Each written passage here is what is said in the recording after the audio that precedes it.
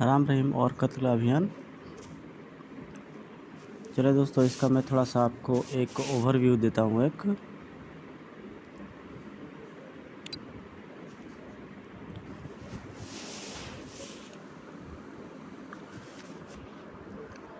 विमल चटर्जी, दिलीप कदम, विजय कदम, त्रिशूलो comic.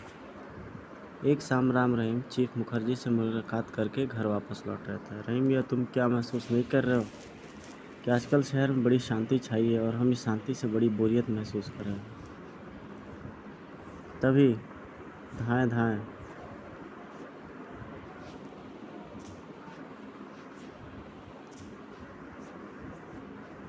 लो, हो गई शांति भंग और बोरियत दूर। उफ, बाल बाल बचे। राम भैया, आप यूं ही खड़े खड़े मौत को याद करते रहोगे? हमें मौत के घाट उतारने वाले की कोशिश करने वालों का पीछा भी करोगे? मेरे विचार से हम पर उससे आगे जाती हुई कार से फायरिंग हुई है। लो, यह भी कोई पूछने वाली बात है? भला इस सुनसान सड़क पर क्या तुम्हें कोई दूसरी कार भी दिखाई दे रही है?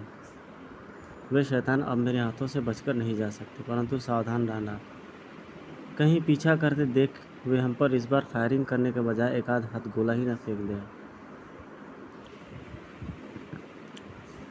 चिंता मत करो, अब हम नहीं बल्कि हमारे हमलावर मरेंगे।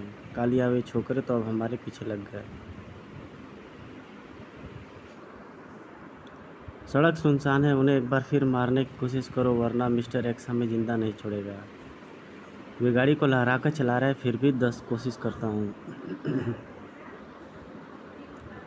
ना ना, वे लोग शराफत से बाज नहीं आने वाले। रहीम, तुम भी अपना रिवॉल्वर निकाल कर जरा कार के पहियों का निशाना लो। ठीक है। अगले ही पल संभल कर खर्च करना रहीम, गोलियां। वो कमबख्तों ने भी जवाबी फायरिंग शुरू कर दी। यदि कोई गोली टायर में लग गई तो मुश्किल हो जाएगी। धाएं धाएं। मेरी समझ में नहीं आ रहा, और तुम और मिस्टर एक्स उस छोकरों से डरते क्यों? मेरी मानो तो कार यहीं रुक कर उनसे वैसे ही निपट लो। मामूली से 2 छोकरे, भला हम 4-4 हरीश पुरुष व्यक्ति को क्या बिगाड़ लेंगे? फिर हम चारों के पास चाकू, रिवॉल्वर, दस्ती बम सभी कुछ है। उन्हें ख़त्म करने में हम चंद सेकंड भी नहीं लगेंगे। तुम मूर्ख हो रखा, वरना उन दोनों के विषय में ऐसी बचकानी बातें हरगिज न करते। तुम शायद ठीक कहते हो जगह, ये शायद अखबार पढ़ने का आदी नहीं, और अखबार में प्राय उनकी खबर पढ़कर यह ऐसी बात नहीं कहता। अरे वे तो लोमड़ी से भी अधिक चालाक, चीते से भी अधिक फुर्तीले, हाथी से भी ज़्यादा ताकतवर और शेर से भी ज़्यादा खूंखार है। धाएं धाएं। तुम उन्हें साधारण छोकरे मत समझो राका। वे दोनों छोकरे अब तक हिटलर जैसा हौसला रखने वाले कई बड़े बड़े अपराधियों को जहन्नुम पहुंचा चुके हो। तुम सब बुज़दिल हो। खैर, अब मुझे बताओ कि क्या करना चाहते हो?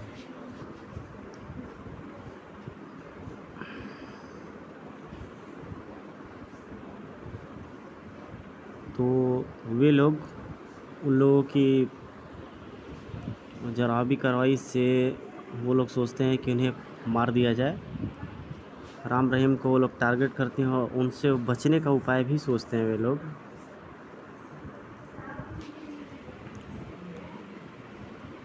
इधर राम रहीम फायरिंग पे फायरिंग किए जाते हैं। अचानक कार की गति बहुत तेज़ हो गई और लगता है अब वे जान बचाकर भागने की फिराक में है। ठीक कहते हो, लेकिन मैं भी आज पाताल तक उनका पीछा नहीं छोड़ने वाला।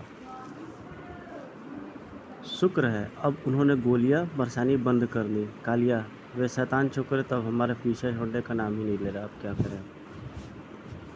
रफ्तार और तेज़ करो। रफ्तार लगभग पूरी गति पर है, इससे ज़्यादा गति बढ़ाने से गाड़ी बेकाबू हो जाएगी। ओह ठहरो, मैं मिस्टर एक्स से संबंध स्थापित करके उनसे राय लेता हूँ। उस व्यक्ति ने जेब से पॉकेट ट्रांसफार्मर निकाला और अपने बॉस मिस्टर एक्स से संबंध स्थापित किया गया।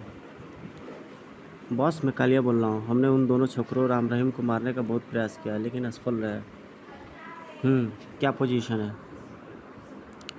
दोनों पागल कुत्ते के समान हमारे पीछे लगे हुए हैं। हम काफ़ी कोशिश करने के बावजूद उनसे पीछा छुड़ाने में सफल नहीं हो सके हैं। इस समय कहाँ हो तुम लोग? इस समय हम लोग लॉरेंस रोड से गुजर रहे हैं मिस्टर एक्स। और गुड, लॉरेंस रोड तो इस समय सुनसान हो गई। Yes boss. तो फिर कार के स्पीडोमीटर के ऊपर लगे बटन को दबा दो। कार रॉकेट की तरह दौड़ोगी और पलक झपकते ही तुम लोगों का पीछा उस शैतान छोकरों से छूट जाएगा। समझे? समझ गया बॉस। रोमी, स्पीडोमीटर के ऊपर लगा विशेष बटन दबाकर कार को स्पीड रॉकेट की तरह कर दो। ओह, इस लाल रंग के बटन की तो मैंने कभी ध्यान ही नहीं दिया, जबकि इस कार को मैं 20 बार ड्राइव कर चुका हूँ। बेकार की बातों में समय बर्बाद मत करो, जल्दी से बटन दबाकर उन छोकरों से पीछा छुड़ाओ। अरे भाई, दबा तो रहा हूँ, लेकिन उस बटन के दबाते ही धड़ाम, एक भयानक विस्फोट के साथ कार के पड़खच्चे उड़ते देख राम ने बड़ी तेजी के साथ अपने मोटरसाइकिल के ब्रेक लगाए। चिन चिन चिन चिन चिन चिन चिन चिन चिन चिन।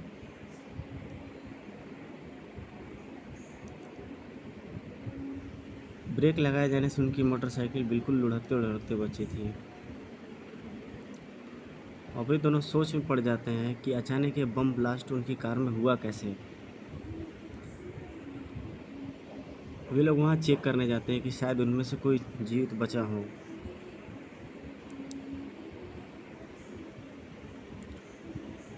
भयानक बम ब्लास्ट था, उसमें बचने की किसी की उम्मीद थी नहीं।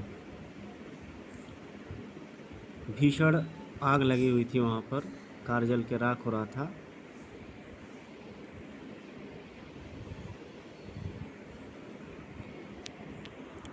आओ चलते हैं, मार्ग में किसी पब्लिक बूथ से पुलिस को फ़ोन कर देंगे शीघ्र ही। राम भैया, आखिर वे हमलावर कौन हो सकते थे?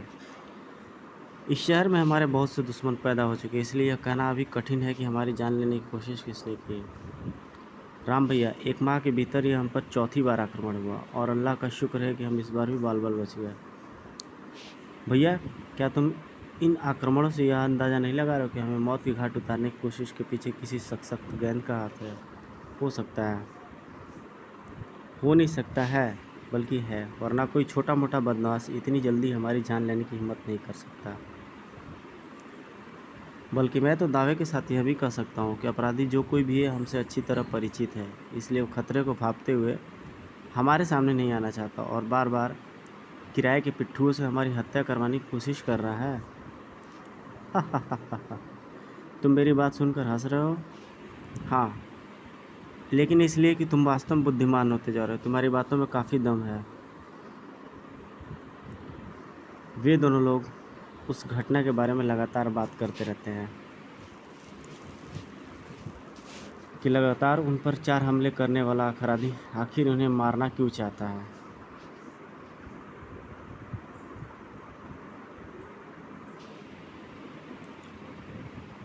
वे लोग आपस मजाक भी करते हैं या हमने उनकी भैंस चुरा ली हो।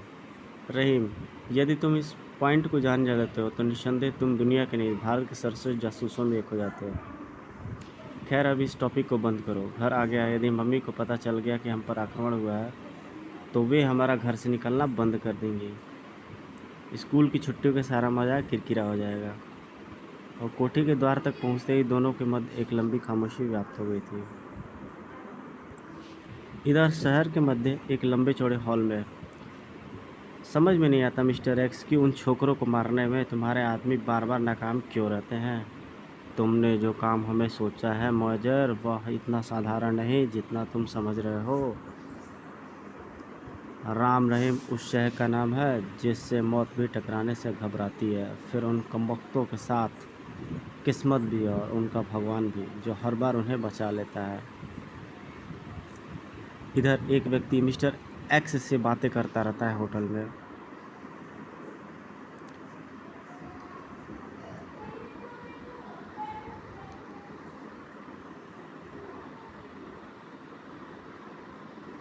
वह व्यक्ति मिस्टर एक्स को पैसे दिए गए रकम की याद दिलाता है और मिस्टर एक्स उसे आश्वासन देता है कि वो उनको मारने की पूरी कोशिश करेगा।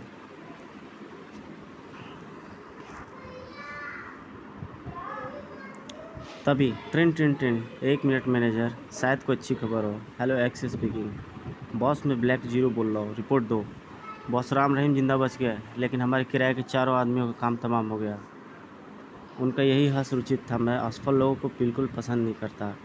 उनका मरना ही हमारे हक़ में अच्छा था। अच्छा, अगर वो कहीं उन छोकरों के हाथ लग जाते तो हमारे लिए भयानक खतरा बन जाते। मेरा भी यही विचार था बॉस। अब मेरे लिए क्या आज्ञा है? तुम सावधानी के साथ राम रहीम पर नज़र रखो और मुझे उनकी एक एक हरकत और पल पल की रिपोर्ट ट्रांसमीटर द्वारा देते रहो। ठीक है बॉस। दूसरी ओर से कहा गया और मिस्टर एक्स ने संबंध विषय कर रिसीवर क्रेडिल पर पटक दिया। उफ, उन दोनों शैतानों की वजह से मुझे अपने कई साथियों की जानें गंवानी पड़ी। शुक्र है मेरे वे सभी साथी किराए के थे, वरना अपने आदमियों की मौत का मुझे और भी ज़्यादा अफसोस होता। मिस्टर एक्स, यदि मेरी मानो तो अब किराए के आदमियों से काम न लेकर इस मामले में खुद मैदान में उतर आओ। वे दोनों हर किसी के वश में आने वाले नहीं हैं। तुम ठीक कहते हो मेजर। अब मुझे स्वयं ही अपनी योजना के साथ उनसे टकराना होगा, तभी बात बनेगी। यही अच्छा होगा मिस्टर एक्स। यह काम जल्दी हो जाए इतना अच्छा है। हमारी सरकार जल्द से जल्द उनकी मृत्यु का समाचार सुनना चाहती है। एक बात पूछूं मेजर, बुरा तो नहीं मानोगे? नहीं, पूछो, क्या पूछना चाहते हो? तुम्हारी सरकार उन छोकरों की मौत में इतनी दिलचस्पी क्यों ले रही है? यह ठीक है कि वे दोनों काफ़ी खतरनाक किस्म के चालाक लड़के हैं, लेकिन तुम्हारी सरकार के लिए इतने खतरनाक तो नहीं है जितना उन्हें महत्व दिया जा रहा है। हमारी सरकार की मनोस्थिति तुम नहीं समझोगे मिस्टर एक्स। वे कमबख्त एक बार हमारे देश में आए थे और उन शैतानों ने अपने एक एजेंट को हमारी कैद से छुड़ाने के लिए इतनी तबाही और बर्बादी मचाई थी कि पूरा देश ही एक बार की काँप उठा था। बस हमारी सरकार उन दोनों से उस तबाही और बर्बादी का बदला लेना चाहती है। हमारी सरकार को तभी चैन और सुकून मिलेगा जब वे दोनों हिंदुस्तानी कुत्ते इस दुनिया में नहीं रहेंगे। ओह, अब मैं सारी बातें समझा। उसके बाद गंजा मेजर मिस्टर एक्स से विदा लेकर वहाँ चला गया। राम के घर में अगले ही दिन सुबह नाश्ते के समय, अरे तुम दोनों नाश्ते पर इतनी जल्दी जल्दी हाथ साफ कर रहे हो जैसे किसी लड़ाई पर जाना है। आखिर बात क्या है? रहीम, तुम बात बताओ। बात ज़्यादा बड़ी और लंबी नहीं है आंटी, बस इतनी है कि हम अपने दोस्तों के साथ पिकनिक पर जाना है। टाइम ठीक 9 बजे का फिक्स है, जबकि 8:45 यही बज रहे, इसलिए। बस बस, मैं समझ गई। मैं तो तंग आ गई तुम्हारे रोज़ रोज़ के पिकनिक पार्टी और शादी ब्याह से। पता नहीं तुम दोनों वास्तव में सच बोलते हो या इसी बहाने सुबह से शाम कभी देर रात गए आवारागर्दी करते रहते हो। आने दो उन्हें, इस बार उन्हीं से तुम दोनों को डांट खिलाओगे, तभी तुम दोनों सुधरोगे। राम रहीम उस समय नाश्ता करके उठ खड़े हुए। अच्छा मम्मी, अब हम चलते, लेकिन हाँ, इस बार हमारा तुमसे वायदा रहा कि इस बार जब डैडी छुट्टियों में घर आएंगे तो हम बिल्कुल ही घर से निकलना बंद कर देंगे। Okay, bye bye. मैं तुम्हारी बात का मतलब अच्छी तरह समझती हूँ शैतान लड़को, लेकिन मेरा नाम भी राधा है। इस बार उनके आने पर मैं तुम्हें छोड़ने वाली नहीं। तुम्हारी शिकायत पर वे तुम्हारी अच्छी खबर लेंगे। राम भैया, क्या मोटरसाइकिल या कार लेके चलने का इरादा नहीं है? नहीं, हम बाहर से टैक्सी पकड़ेंगे, बाहर निकल कर। टैक्सी। टैक्सी के रुकने पर राम रहीम टैक्सी के भीतर समा गए। माल लौट चलो। जी साहब। टैक्सी अपनी मंजिल की ओर दौड़ पड़ी। हाँ, अब बताओ कि हम लोग माल लौट क्यों चल रहे हैं? किसी अजनबी ने फ़ोन करके हमें वहाँ बुलाया है। अजनबी ने? लेकिन क्यों? वे दोनों अजनबी के बारे में बातें करने लगते हैं।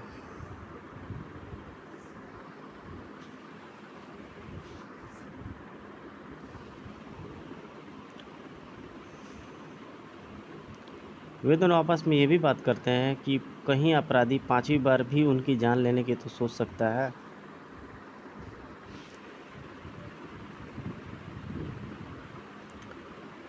रहीम थोड़े से डिफेंसिव हो जाते हैं और सोचते हैं, क्या मरने के बाद देखोगे उनकी योजना? मेरी बात मानो तो वहाँ जाने का विचार त्याग दो। हरगिज नहीं। अब या तो अपराधी रह गया मैं, तो फिर उस मुझे यह उतार दो। फिलहाल अभी मरना नहीं चाहता।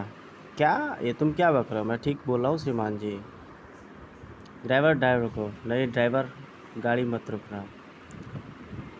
इस नोकझोंक से राम रहीम इस बार से पूरी तरह बेखबर थे कि एक कार घर से ही उनका पीछा कर रही थी। बॉस, राम रहीम हमारी टैक्सी में ही सवार होकर माल लोड की ओर आ रहे हैं। मेरी गाड़ी उनके पीछे है। गुड, तुमने नंबर 7 से कहकर टैक्सी में टाइम बम रखवा दिया था ना? जी हाँ, ठीक 10 मिनट बाद वह फट जाएगा। गुड, तुम उनका पीछा करते रहो। वैसे मैं एक काम और करने जा रहा हूँ, लेकिन तुम जो भी कुछ देखोगे उसे बस देखना ही है, उसमें कोई दखल अंदाजी नहीं करनी है। समझ गए? जी समझ गया। गुड। इसके साथ ही ट्रांसमीटर से आवाज़ आनी बंद हो गई।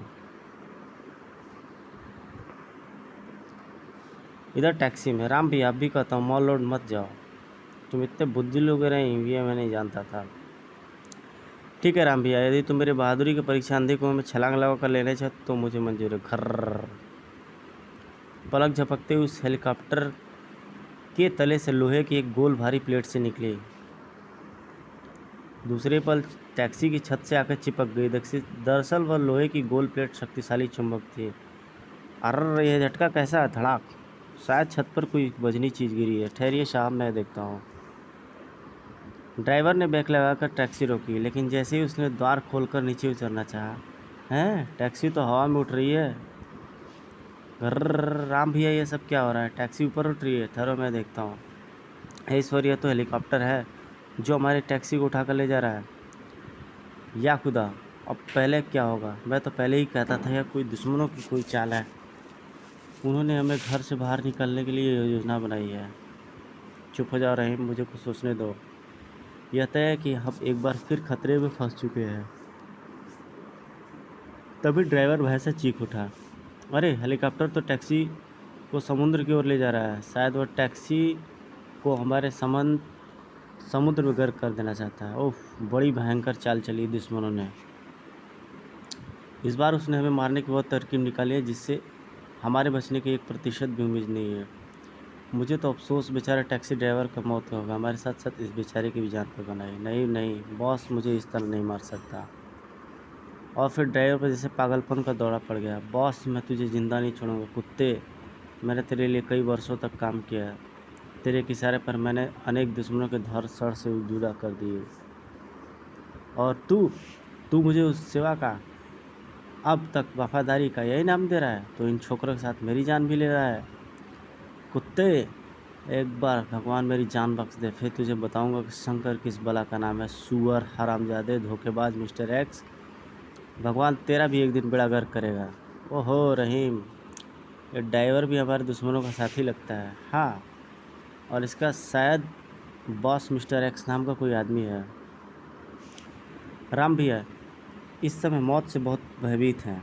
यदि हमने इस वक्त इससे सहानुभूति दिखाई तो ये अपने बॉस के बारे में सब कुछ बता देगा। ठीक कहते हो, मरना जीना तो ऊपर वाले के हाथ में। यानी उसने हम पर कृपा करके हमारी जान बख्श दी।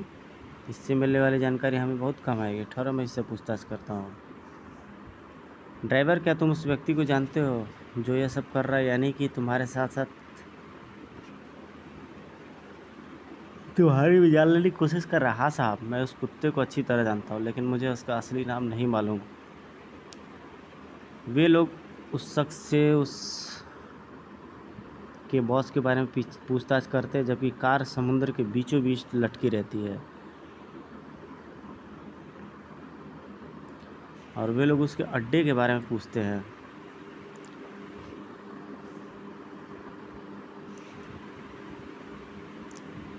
वह उन्हें सारी बात बता देता है कि मिस्टर एक्स उनका कत्ल पड़ोसी देश की सरकार के एजेंट मेजर वागली के इशारे पर मारना चाहता था उन्हें।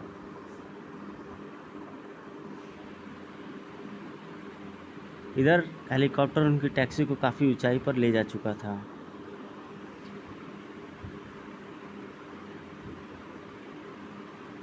वो उन्हें यह भी बता देता है कि उस कार में एक शक्तिशाली टाइम बॉम्ब फिट रहता है जो अब से कुछ ही मिनटों बाद फटने वाला रहता है। क्या?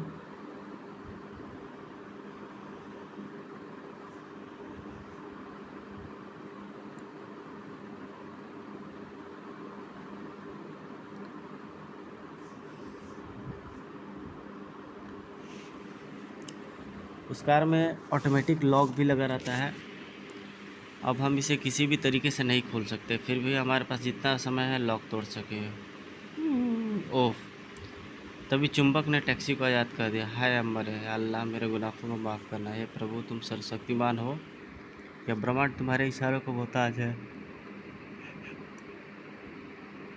इसलिए हमारी ज़िंदगी और मौत भी तुम्हारे हाथ में है। छपाक।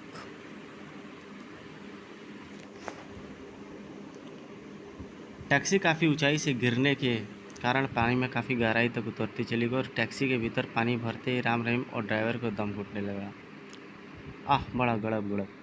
जब तक सांस तब तक आस, मुझे सांस रोक लेनी चाहिए। राम रहीम काफ़ी देर तक सांस रोकने में आए थे। इन्होंने कुछ देर जीने के लिए सांस रोक लिया और भयानक खतरा उनकी ओर आगे बढ़ा। ओह भगवान! वेल को देखते ही ड्राइवर की आत्मा दूसरी दुनिया को कूच कर गई और उसकी लाश पानी में तैरने लगी। टैक्सी के बोनट के अंदर जो टाइम बम रखा, शायद वो अब फटने ही वाला। ऊपर से वेल मौत बन के आ रही। इस बार शायद प्रभु को हमारी मौत ही मंजूर है। क्या राम रहीम उस भयानक वेल मछली से बच पाने में सफल हो सके? क्या राम रहीम समुद्र रूपी मौत से निकलकर मिस्टर एक्स तक पहुंच पाने में सफल हो सके? समुद्र से राम रहीम कैसे बच पाए? मिस्टर एक्स कौन था और भारत में क्या कर रहा था? क्या राम रहीम अपने उद्देश्य में सफल हो पाए? इन सभी प्रश्नों का उत्तर जानने के लिए मनोज चित्र कथा के आगामी अंक में पढ़िए राम रहीम और तबाही और मौत। गाइस, कृपया लाइक सब्सक्राइब करना न भूलें। मेरी मेहनत एक आप ही हैं जो उसको सक्सेस करा सकते हैं। और मैं आपके लिए एक से एक यूनिक कॉमिक्स, रेयर कॉमिक्स, जो ओल्ड अपने ज़माने की सुपर हिट कॉमिक्स थी, उनको आपके सामने लाऊंगा, आपको एंटरटेन करूंगा। और फ्यूचर में बहुत सारी प्लानिंग, मैंने प्रोजेक्ट सोच के रखी है दोस्तों, लेकिन ये तभी पॉसिबल है जब आप मेरा सपोर्ट करोगे तब। एनिमेशन सीरीज और दोबारा से कुछ कैरेक्टर्स, अंगारा, तौसी और रेयर जो कैरेक्टर जो हो चुके हैं, आक्रोश, त्रिकाल देव, टोटान और बहुत सारे ऐसे कैरेक्टर हैं, हवलदार बहादुर, उन पे भी मैं कॉमिक्स बना चुका हूँ या उन पे भी बहुत सारा काम अभी करना बाकी है। सो दोस्तों, अपना ढेर सारा प्यार मुझे देते रहें। तब तक आपसे मिलते हैं, तब तक के लिए अलविदा। Thank you.